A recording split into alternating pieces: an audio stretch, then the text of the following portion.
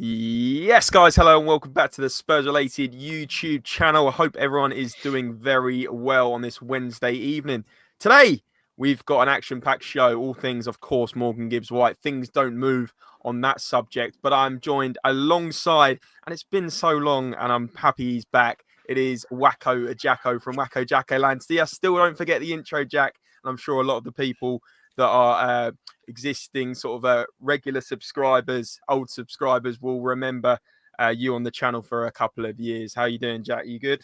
I'm doing well, mate. It's nice to be back. It's been too long, but look, we've got a lot to talk about. We had a lot to talk about last year, and now I'm sat back here. I think my first podcast session with you, James, since Spurs are now European champions. I know that's a bit tongue-in-cheek, but European champions it is. So, yeah, very much looking forward to chatting to yourself and Jim.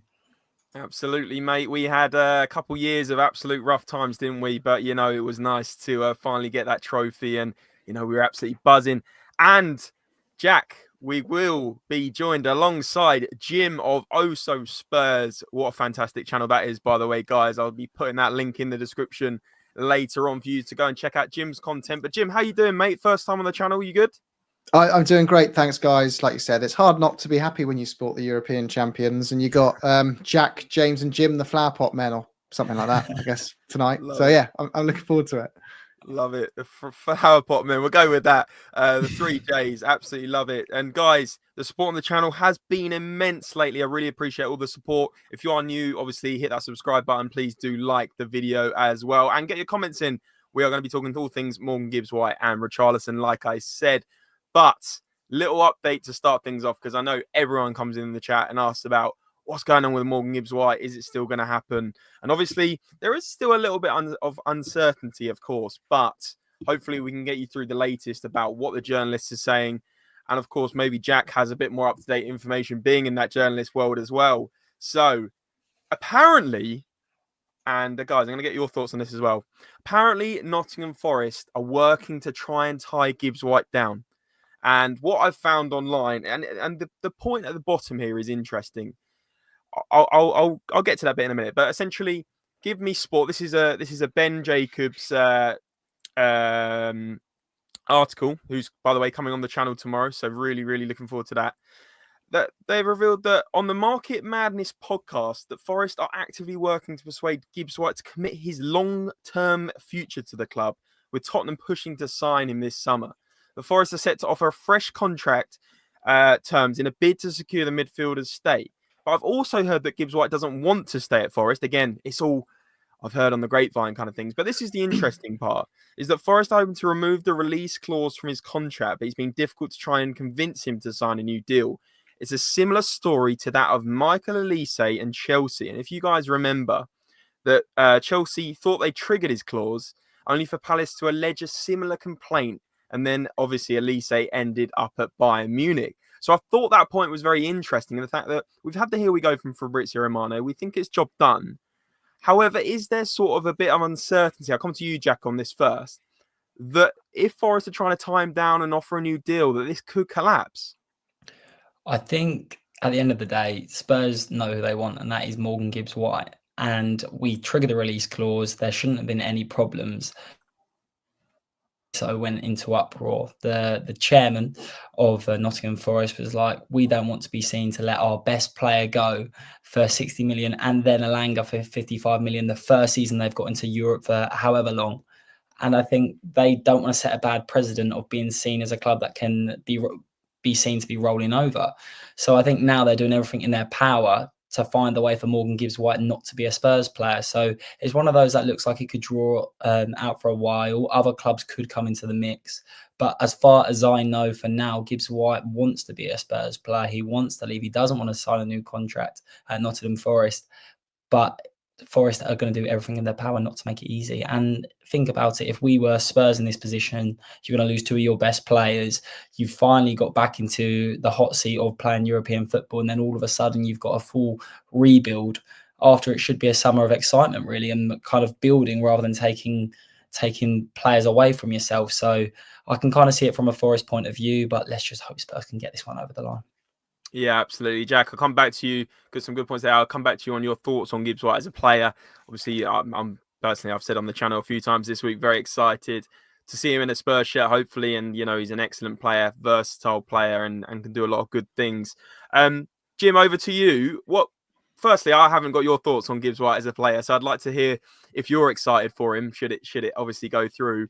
But also, do you think that point about, that Elise comparison, that potentially it could fall through based on that, Forest are trying to offer a new deal kind of thing?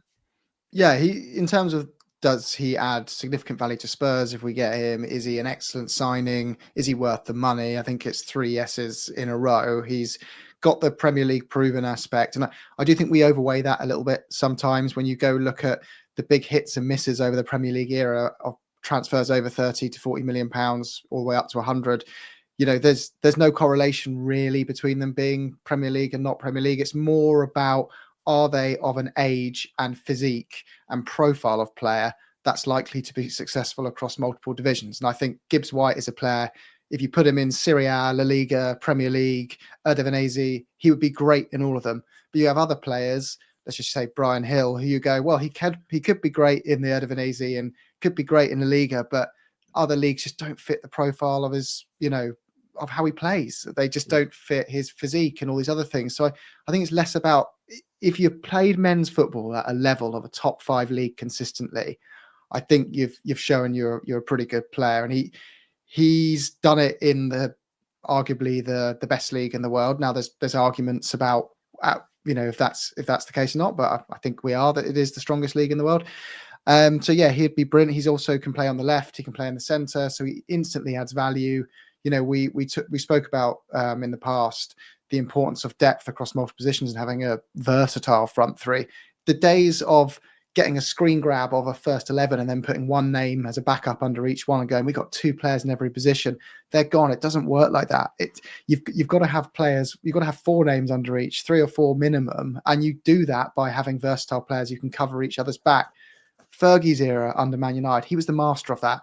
You go, how are they putting a team together every week when they've got all these injuries? And they just had such a versatile team of really talented players. And Gibbs White's such a good player that even if he's playing out of position, he could still hold his own in most roles in the front half of that pitch. So it'd be outstanding.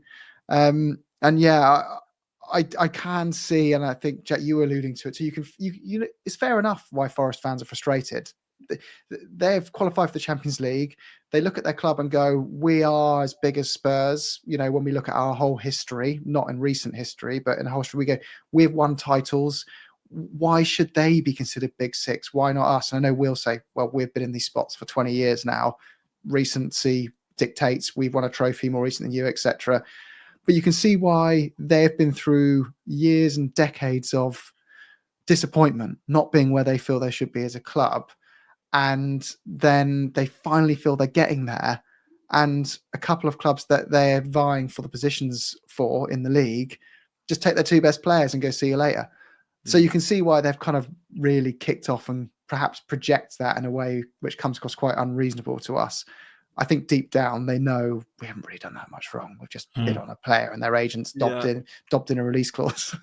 That's all that's really happened. Absolutely. No, some good points there. Just to go on your last point there, Jim, in terms of they kind of know what's coming. They know that he's going to join Tottenham. Do you feel like the whole contract offer and the whole trying to up his wages is a panic tactic, or do you think they genuinely believe that they can stop him going? I think they believe they can stop him going in the same way that we believe we can tie Romero down for another contract. I think you've got to try, but deep down, it's probably not going to happen. I think they'll probably trying to compromise with Gibbs White and say, you could still have some kind of release clause in there. We'll give you a big pay rise, stay 1 more year. You'll be great. You'll get a bigger fee, which means more money for you and your agent anyway, and you get more money along the way. They'll be trying all these kind of things, I expect. And they'll be saying, you're absolutely not going this year, by the way. So why wouldn't you want to take this money? But I think Gibbs White will just dig his heels in and say, look, I'm going to be a model professional. He's a great character of a person, and he'll just, want to keep all his options open. You saw what happened to Kane when he went for the long-term deal and gentleman's agreement. I don't think they ever end up well. And if he's advised well, then and he's going to be in a weird situation with his agent where his club are blaming his agent for a lot of this, supposedly, if you go by reports. So I wonder whose side he's on as well. We don't know that. We don't know if he's close to his agent to the degree where his agent's saying, just don't sign anything, just get the hell out of here. You know, Marinakis is a nightmare. Or he might be on the side of Forest saying, you know what, my agents really let me down here. They've made me look bad in the public eye and caused all this fuss when it was very avoidable. From what I know, I think he wants to move. I think Morgan Gibbs White sees himself as a player that wants the best for himself, and he sees him as a player who has Champions League quality. So I don't think he's under the impression he's working with his agent to facilitate this move. But Marinakis, he doesn't want to be seen as a muck to Forest fans, and rightly so.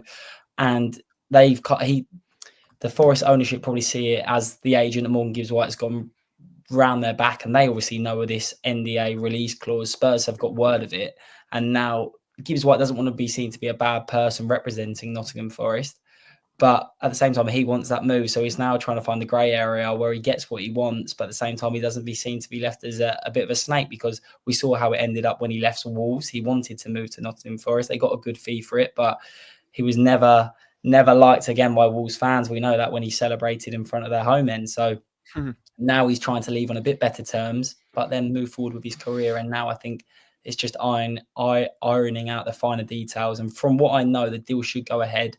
It just depends if another club can kind of stump up the cash, because Forest would rather that than kind of give in to Daniel Levy's Tottenham. Yeah, so that bit at the end there, Jack, that's the other article. I thought I'd had it ready, but I hadn't. I saw also something that Forest would rather sell to another club than us. I don't know how much nonsense that is, Jim. I don't know if you've seen this as well. It's almost like it's become a game of like a playground game. It's like they don't want to give Gibbs White to us because of what we found out, this secret release clause, and they've blown it out of proportion. It's almost like if City come in now with 60 something million, they'll accept it. It's a weird one. I don't know if that's true, but I've read that as well. Well, from my own side, I can't confirm that. No one's told me that information directly. But from a common sense point of view, if Spurs have got wind of this release clause, they've triggered it, Nottingham Forest, and then we've gone behind their back with the player wants to come, and it's all wrapped up pretty quickly, and they've lost two of their best men straight away. Marinakis, being the chairman that he is, and in fairness, rightly so, probably doesn't want to sell it to what they might see as a direct rival in Tottenham now. So from a common sense point of view, I think it kind of makes sense. They probably would rather sell it to someone else. I don't think it's anything particularly. I think the headlines may mislead the context of that, because if Spurs were to sell, let's just say Romero as an example of a player who we will keep this year, I think. But let's just say if Liverpool come in for him, you're going to be a bit like, I'd way rather wait and see him go to La Liga. I don't want a player of that caliber against Spurs in a cup final or in a league game. And Forest will go, well, who are we competing with for that Champions League spot next year? Now, in my eyes, it's probably going to be Spurs, Villa, Newcastle. It's not going to be City and Liverpool. So if it goes to those two, I'm not too worried. We're not probably going to catch them anyway. But please, we can't go strengthening the teams we feel we are currently, in terms of squad quality, getting close to.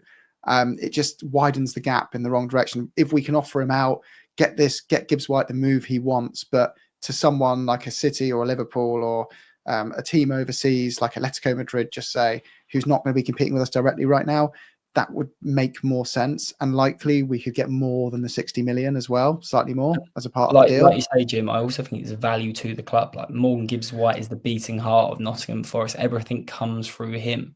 Like he's been their captain multiple times this season.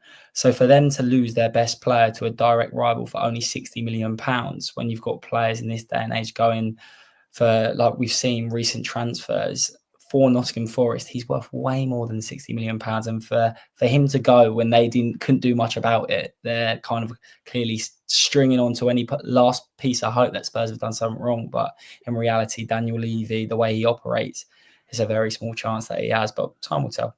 Do you guys think that's part of it, though? Like you just said there, Jack, about the £60 million, it's worth more to Forest than that. Do you think that they genuinely believe he's worth 70, 80 million and they're frustrated that we found out a secret release clause via the agent or however it's come about? Do you genuinely think they think it's... Yeah. 100%. Because if you look at when Morgan Gibbs White was heavily linked with Manchester City, they were quoting upwards of 80 to 90 million pounds because of how much he was worth to them and because of how believed they think he could be. For me, I don't think Morgan Gibbs White has shown anything to show he's an 80, 90 million pound player as of yet. But like you say, he's got them into European football. He's the captain of the club this year in multiple games. Everything comes through him. It's like us selling Romero this season. When we were talking about selling him for 60 to 70 million, I thought that was ludicrous because I don't think we've had a better centre-back for years. Yes, because of the high line and the amount of goals we conceded last year, it doesn't look like that on paper. But as a footballer, Romero is worth so much to Tottenham Hotspur Football Club, and it's the same for Nottingham Forest. So that's why I think they're digging their heels in. Yeah, no, I completely agree, lads. Good talking points. Guys, 15 minutes into what we will be doing, about 40 to 45 minutes on the live. There's nearly 200 of you in the house, guys. Lots of comments coming in. Keep whacking your comments in, but also smash the thumbs up and subscribe if you're new, because it helps us out massively. You guys know I only plug it 2 or 3 times a video, but the numbers have been insane lately, and I really, really appreciate all the support. It gives us a chance to get on great guests like Jim and Jack, and also, especially tomorrow as well, got a big guest coming on, Ben Jacobs, which will be absolutely brilliant. So get your comments in for him as well tomorrow. But guys, let's move on a little bit more about Morgan Gibbs White. I've picked out a couple of stats here via SofaScore and Opta. And like I said, Jack and Jim, it's getting very confusing with all these J's. It's going to be good to hear your thoughts about Morgan Gibbs White. I've discussed it a few times on the live streams this week. And the guys in the chat know how I feel about Morgan Gibbs White, and hopefully, obviously it does go through. But obviously, I've picked out some of his stats here, all competitions from 2024, 2025. Now, as you've been explaining, Jim and Jack, he's an exceptional player, very versatile, and as Jim was alluding to, can also play off the left as well, as you can see from the heat map there on the right-hand side. But for me, his main traits are he's very aerially dominant, but it also his range of passing is exceptional, and I've just been absolutely binge watching some of his, best moments. And of course, YouTube can make, Andy Carroll look like the best striker ever. But at the end of the day, his range of passing is absolutely fantastic. And his range of assists, which he's provided, have come from all sorts of depths on the pitch. And so just from this heat map alone, you can tell from the key passes, the different types of shots he's making and the different distances of his passes. Just go to Jack first on this. Jack, for you, what do you think he's going to bring to Tottenham, as in his top attributes that he'll deliver to us? Because obviously we've already got a James Madison, we've got a Kulusevski that can fit into those sort of number 10 positions. But what do you think Morgan Gibbs White brings differently, and why should Spurs fans be super, super excited for him? I'm going to go, it's not actually a standout trait, but I think the best thing that Morgan Gibbs White will bring to Tottenham Hotspur is consistency week in, week out. I think when you watch him play for Forest, he's always involved in the game and that everything's coming through him. And I think with Madison, Kulusevski, even your Bentancurs, they can be phenomenal. They're great football players, but a lot of the times they have the tendency to have a very bad game. From what I know from Morgan Gibbs White and what I think Thomas Frank is looking for is a player that can come in at any point of the game and he's going to keep the level high. And I think in Morgan Gibbs White, whether you play him in the number 10 role or the number 8, you're always going to get high energy, hard work, and just reliability. And I think that's what we need more of at this football club. And that's why I think we're going to pay the big money to bring him in. Yeah, interesting. You mentioned consistency. You mentioned he's reliable. Do you feel like, Jack, that... Actually, I'll spin it to Jim on this one. Jim, do you feel like anything essentially to add to what Jack's saying? Or do you feel like Morgan Gibbs White sort of fits in straight over Madison, comes straight in, Madison to the bench? Do you think it's as simple as that? Or do you think we're going to integrate him a little bit more differently than that, perhaps playing like a 2 attacking midfielders and therefore needing a natural number 6 to sit in behind those two, almost in a diamond shape, if you like? Well, the attributes that Gibbs White has that Madison doesn't know, that they've both got slightly different strengths. I think Madison is an outstanding footballer in the final thirds, with very creative and obviously can pick a lock and all those kind of things. And he's got that thing in his locker that, just really talented players have, where he can just do things other footballers can't do. I know that's not really an answer you want to hear in terms of actually being worth more than that kind of statement. But what he lacks Madison, though, is just not on his game. He's not going to be able to win the ball off other players often. He doesn't drop deep and contribute defensively at all. That's just not who he is. He's just not that physique of player. And sometimes that can't even be coached. You're born slightly in a way that your physique is different. He gets injured a bit more. He's got to stay out some of those physical duels a bit more often. He's just a bit more fragile on the knee front from some injuries he's had. Whereas Gibbs White, I think you'll see a bit more of a combative, running back to our own box, winning the ball and driving forward with it.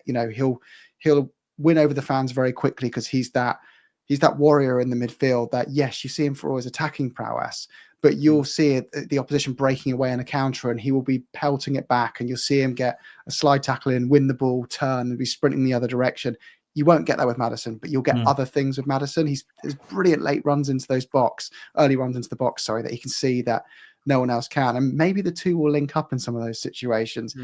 Gibbs White also just offers that versatility on the wings that I think Madison doesn't really naturally have. Now, they're both great for different situations. Yep. I would say you will see them in the starting 11. You would at some point together, but on average, you probably wouldn't see them starting together. And I think Gibbs White would edge it for me if you had both perfectly fit and you had the luxury situation of having to choose who's going to start this massive game. I think Gibbs White would get the nod. But on most occasions, with how injuries work in the Premier League and all these back-to-back games, there'll be plenty of opportunity for them to both, in a busy week, get starts in big games. 100%. Yeah, that's a good point at the end. Again, we've got a busy schedule coming up. Champions League, FA Cup, League Cup, Premier League. We can't just rely on one number 10. And then we haven't even mentioned Kulusevski, but a lot of people are saying that Frank will probably prefer him on the right.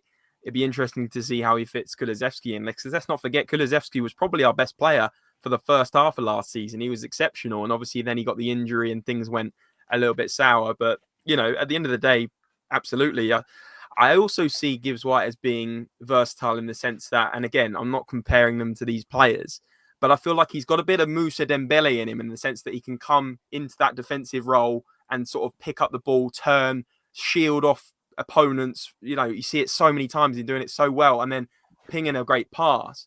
But also a little bit of, again, I'm not comparing it to this player, but a little bit like a Dele Alli when he was at Tottenham. Getting into that number 10 role and really bossing things, creating some nice chances and scoring some goals out of nothing, really. If you've seen some of Morgan Gibbs White's goals, they've been actually really nice goals. So I think that's exceptional that you can have a player that is both of those sort of molds and almost a hybrid of the two.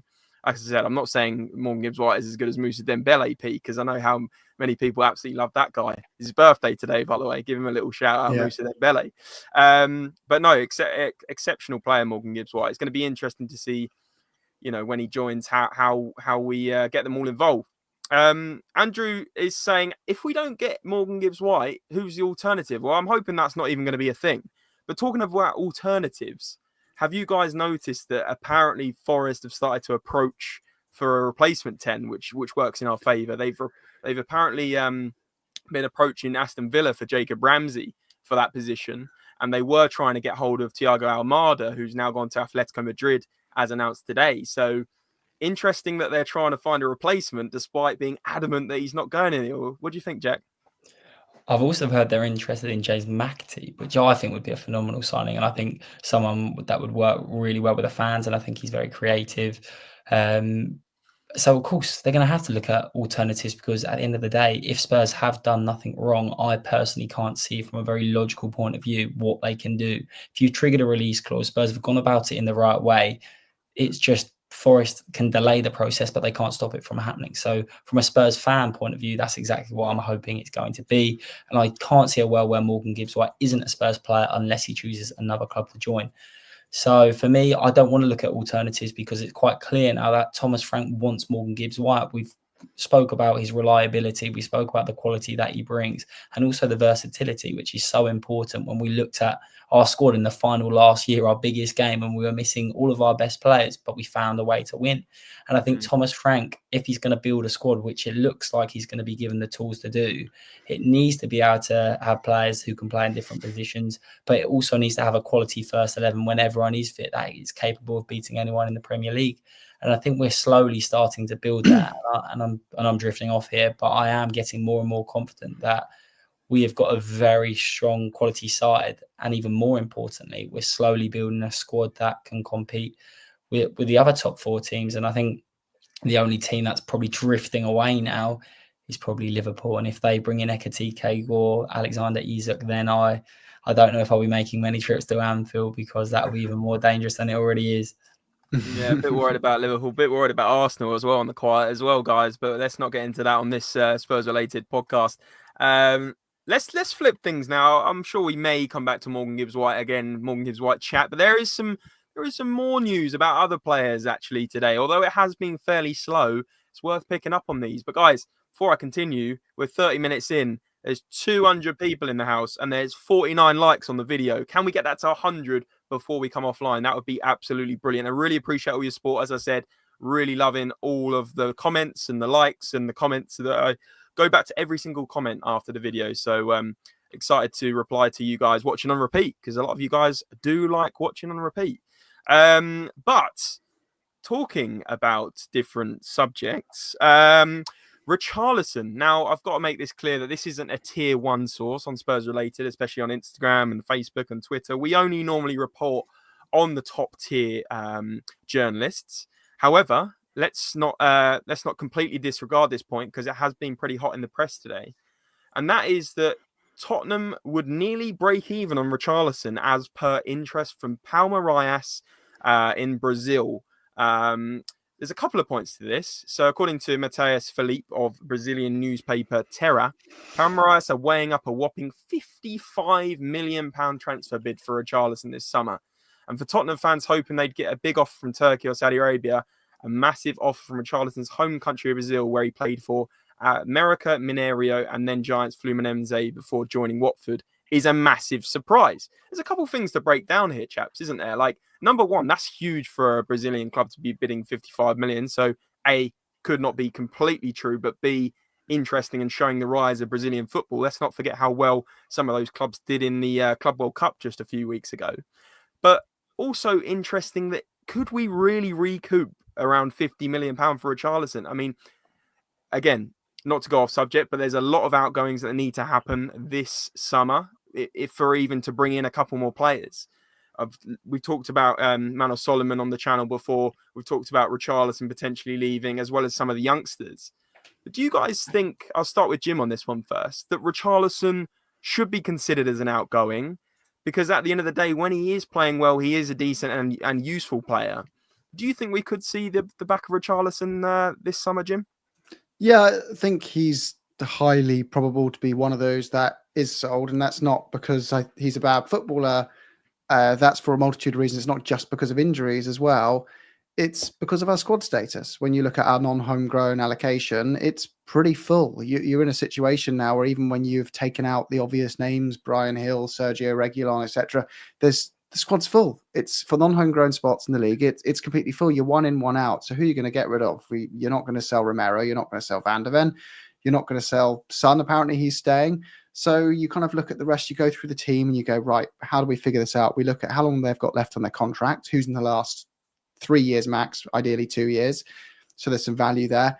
Who's, feels like the right person to move on for other reasons. And you look at Richarlison and go, injuries, etc. He's won the trophy.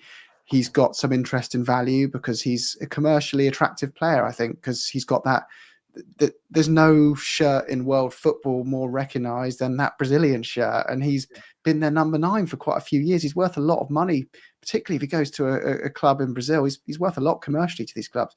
Yeah. And he's better than he gets credit for. We all know that. Great attitude. So he's sellable. So I think you're looking at 2 players we have to move on. And just because of the contract situation, injuries, etc., it's Basuma and Richarlison. They've got value. They take up non-homegrown spots. Those 2 are the front runners. So if we get 50 million, I mean, that's on Spurs to balance the books from a PSR perspective as well off the back of that is pretty damn good business, even if it's probably going to be structured in a way where payments are phased over an extremely long period of time at that value. Yeah. But do you care? Like the way figures are reflected in books are amortized figures. So for us, it's great for PSR. Richarlison gets regular football, and I think he'll only go, and it was reported as well, that if he feels that keeps him the reckoning for being in the international side, that's the most important thing, because he's a he's not a player who's attracted solely by money. It's bigger than that to him. So yeah. I feel like Richarlison was at the top of his career when he scored that little scissor kick in the it was the World Cup, wasn't it? Just about 3 years ago. And he loves playing for Brazil. He absolutely loves it. And very good point about the commercial value of a Brazilian number 9 going to Palmeiras. I saw a couple of comments about trading for Richard Rios, who we've also talked about on the channel, the gritty centre mid that plays for Palmeiras. Hopefully a deal could be struck for them, because we do need a number 6, and he could definitely slot in there. Lots of comments coming in, especially Zach saying, hit the like button, let's get this to 100 likes, guys. Can you do it? Spurs diehards in here saying, good evening, James, Jack, Jim, and Tal. Absolutely love it. Thank you for all your comments, guys. Coming to Jack on this one, though. Jack, what's your thoughts on Richarlison? Obviously, as Jim said, he's a very sellable asset. If we can get 40-50 million pound, great. But do you think that Spurs could do with someone like Richarlison still in the squad, or how do you feel about it? To be honest, on most podcasts, you normally have two people disagree, but I kind of echo everything Jim's saying so far. That probably doesn't make it too entertaining. But he's spot on, in my opinion, that two of Spurs' assets they could get rid of and that are still worth money and probably attractive prospects to other clubs would be Basuma and Richarlison. And I do think Richarlison doesn't get the credit he deserves sometimes as a player, but then sometimes you only get the recognition you deserve when you play football, and Richarlison is always injured at the end of the day. And I think Spurs, from a smart point of view, it would make perfect sense to bring in someone like Yoane Wissa and sell Richarlison if you would be able to bring in some money for Richarlison, like say 40+ million. I think for him right now would be fantastic for both parties. I think Richarlison needs to play regular first team football. I think he needs to build himself back up and hopefully get himself into that Brazilian starting lineup, which is going to be hard. Now you've got João Pedro, who looks like he's going to fit into Chelsea very well. And in my opinion, he's also a very strong footballer. I know he kind of plays in between a 10 and number 9, but he's gonna have competition and he's gonna need to play regular football to be able to fight for that place.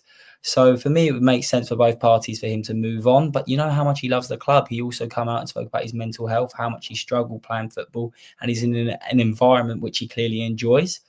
But it just depends if he moves on. So for me, I wouldn't be surprised if he does go, but I know he's also quite comfortable and how much he seems to get on with everyone. It's also hard to push a player like that out of the door. So I think it's one to watch. Regards that report, James, I haven't heard clubs willing to pay that much money up front unless it's Saudi Arabia. But then I'm willing to be proven wrong. And like you said, the Club World Cup money is a lot different now. So fingers crossed it works out for both parties, that's for sure. But I definitely think we'd need to replace him. Yeah, definitely, Jack, definitely. And so I sort of echo what you're just saying as well. This article went on to say that the bigger issue is whether Richarlison would even want to go over to Brazil and play. He's only recently rejoined the Brazilian national team setup. Obviously, as we've just discussed, like guys, we've already summarised this article. Really, his eyes are on that World Cup. So obviously, less minutes he plays over here, then the less likely he is to get in that squad. With absolutely insane Brazilian attackers in that lineup. Brazil probably one of the favourites to win the World Cup just next year. So very interesting. But Terra, the Palmeiras president, said that he's been trying to convince Richarlison to come back home for the past 2 weeks, apparently, and that Flamengo also made an approach that went nowhere. So it's not just Palmeiras that are apparently interested. But again, guys, take this with a pinch of salt. I'm not saying this is concrete tier 1 news. I'm just saying this is sort of paper talk. This is potentially what's happening, and it's no secret that Richarlison may leave Tottenham and be sold in the summer. So keep an eye on that one. I'm sure more will start brewing on Tottenham exits in the coming days, let's be honest. So we'll probably be talking about more exits on the channel very, very soon. We've got another 10 or 15 minutes to go, guys. But I wanted to sort of talk more. We've talked about Morgan Gibbs White, of course. We've talked about Richarlison. But I wanted to talk to you guys about what you think needs to happen next. Obviously, we've talked about some outgoings. But we've spoken about on this channel about number 6, potentially a backup left back, and potentially another forward, maybe another second striker, especially if Richarlison goes. I'll come over to Jim first on this one. Jim, what do you think needs to happen for the rest of the window for Tottenham Hotspur to make it a successful window? More important than Morgan Gibbs White, to me, is a 6. And I know that's cliche. Everyone says a 6. But what I mean for that, it's there's different types of that player as well. Like we've seen Spurs sides in the past completely transformed, and I always find it's the same player which transforms the side for us. It's always the Scott Parker, the Wanyama, it's that player in the park that connects the defense to the midfield. And as football has evolved, that player is becoming more and more important, not less important. They're outweighing the importance of a striker. And it used to always be about your centre forward.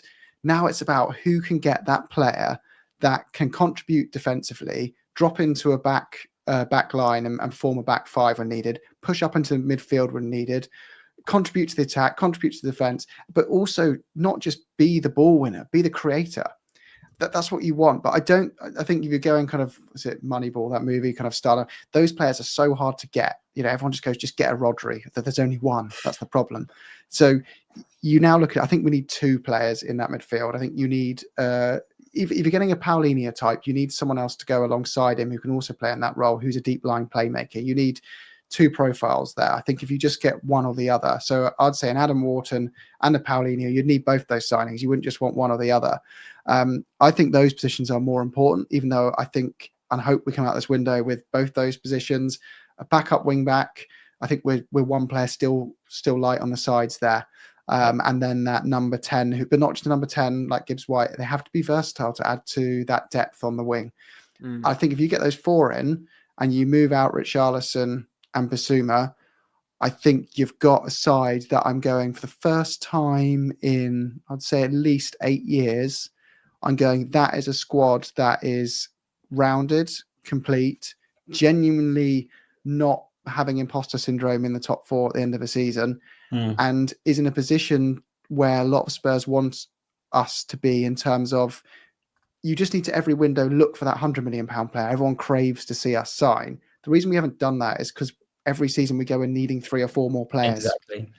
Jim, what I'd ask though is, do you not think we'd need another striker, or do you believe someone like Kudus could play up front, or Matthias Tellert as well, as also believes his future is seen as a number 9? I think that's completely valid. I think for the squad to be perfect, you definitely need another striker. They're just so hard to.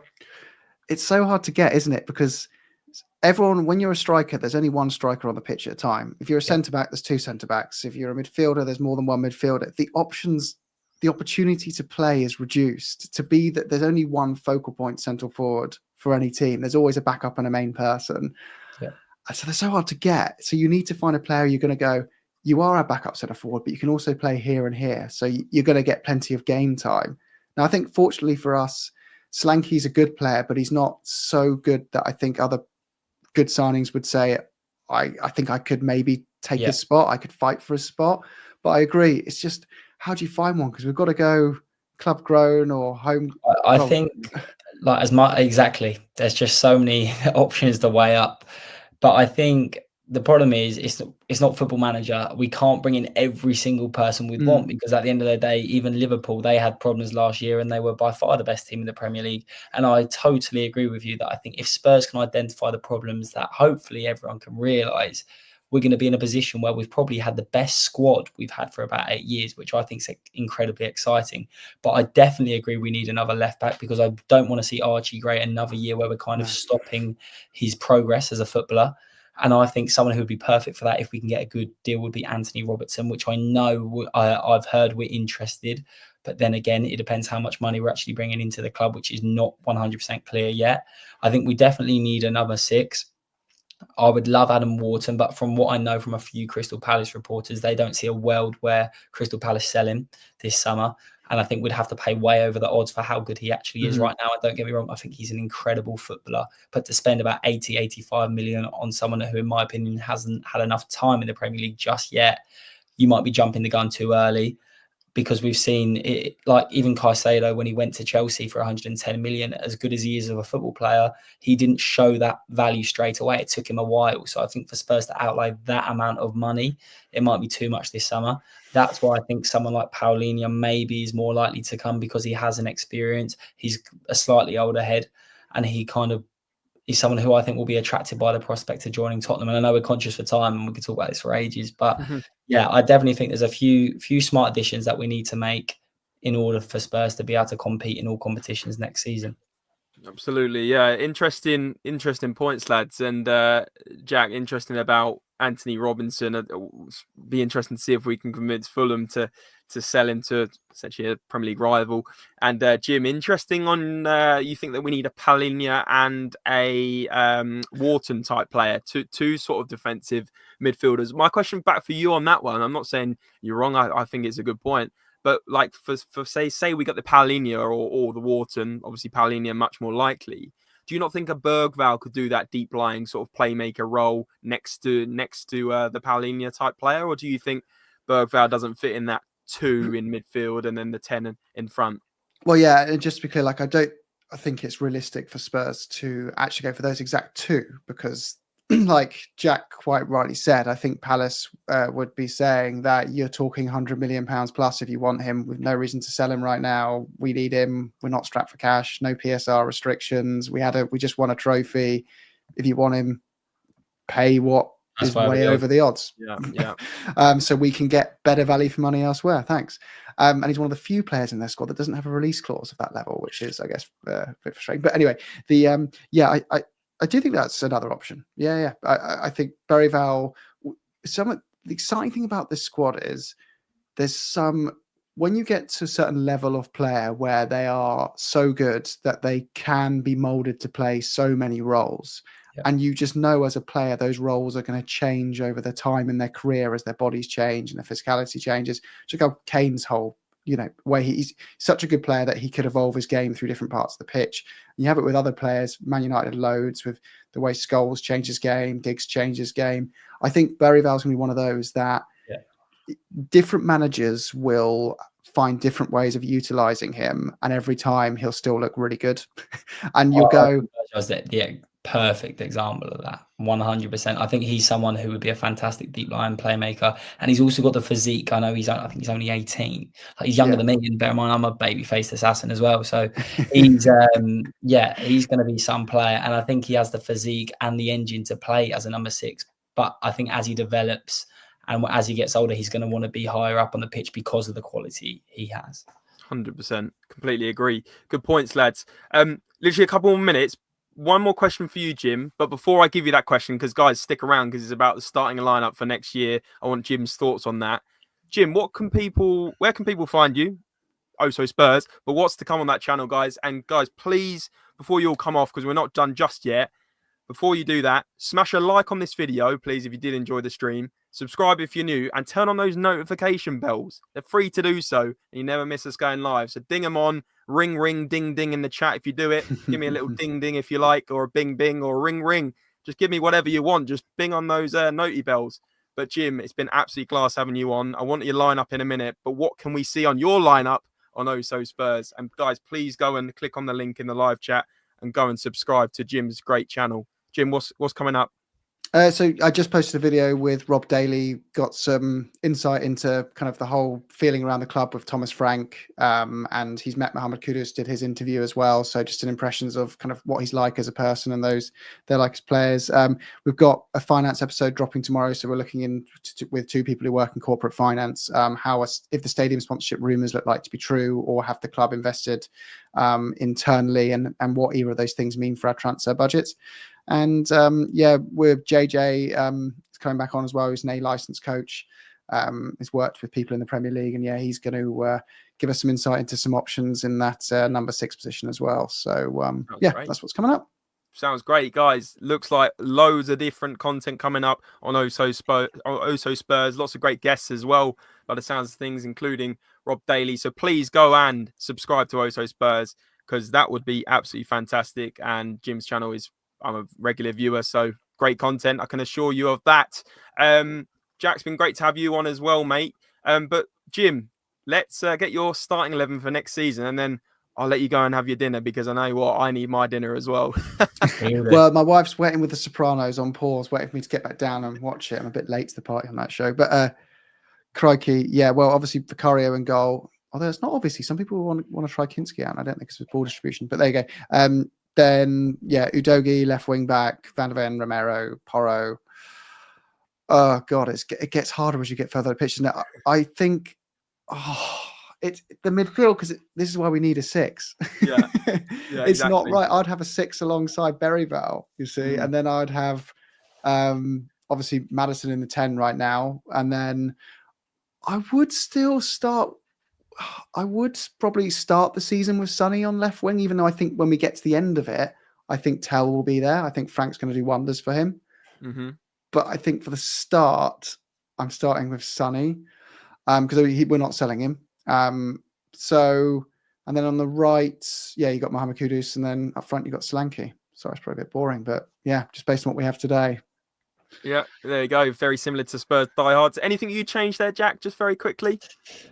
Oh, I think. Did you say Johnson? Sorry, Jim, or did you say Kudus? No, Kudus. Yeah, I even though actually like reckon he's Johnson. going to start with Johnson. That's going to be Ooh. my slight hot take, because I think some people underestimate how hard it actually is to score as many goals as he does. And I think with the quality addition of Kudus maybe coming in on the left and maybe the one-on-one ability of Tell, I think it could work quite well. I think Kudus is going to be the long-term answer, and I think he's a fantastic player. I'm extremely excited about him. But I think Frank is also going to give some credit to the already established players at Tottenham. And I think we're going to see there's going to be a lot more rotation in the early parts of the season before we can actually establish who his main men are for the Premier League. But it's going to be exciting. I think there's going to be a few more additions. And no, I'm definitely a fan of Jim's lineup. Very exciting indeed. Lovely teams there, guys, and obviously perhaps need a couple more players. Jack, just very quickly, thank you for coming on as well, mate. I'm sure it's not the last we'll see of you back on Spurs Related, I'm sure. But where can people find you if they want to go and follow Wacko Jacko Land? If you want to come follow Wacko Jacko, I've got some interesting posts recently on Instagram on Spurs of kind of my journey of reporting on Tottenham around Europe. It was amazing. I met some great people, great journalists, and interviewed some cool players. So check me out, Jack_Burford. Instagram's kind of the one I use the most. Twitter, you can find me as well. And I've got something in the works of building up maybe my own thing on YouTube and hopefully helping out James as much as I can, because Spurs Related is a great channel, and I've loved my time working alongside the main man on the left-hand side of me as well. So, yeah. Love it, mate. Love it, mate. Go and check out Jack. Make sure you go and subscribe to Also Spurs as well, guys. And smash the like on this video. Subscribe if you're new. All free to do so, by the way. Not charging you a penny. It's good here, isn't it? It's good here. And hit those notification bells. Give me a little ring, ding, ding in the chat when you've done it. Comment offline if you watch on repeat. I'll reply to every single one. Thank you so much for everyone for their support and for watching today. Hope you've enjoyed the stream. And as always, guys, remember, come on, you Spurs!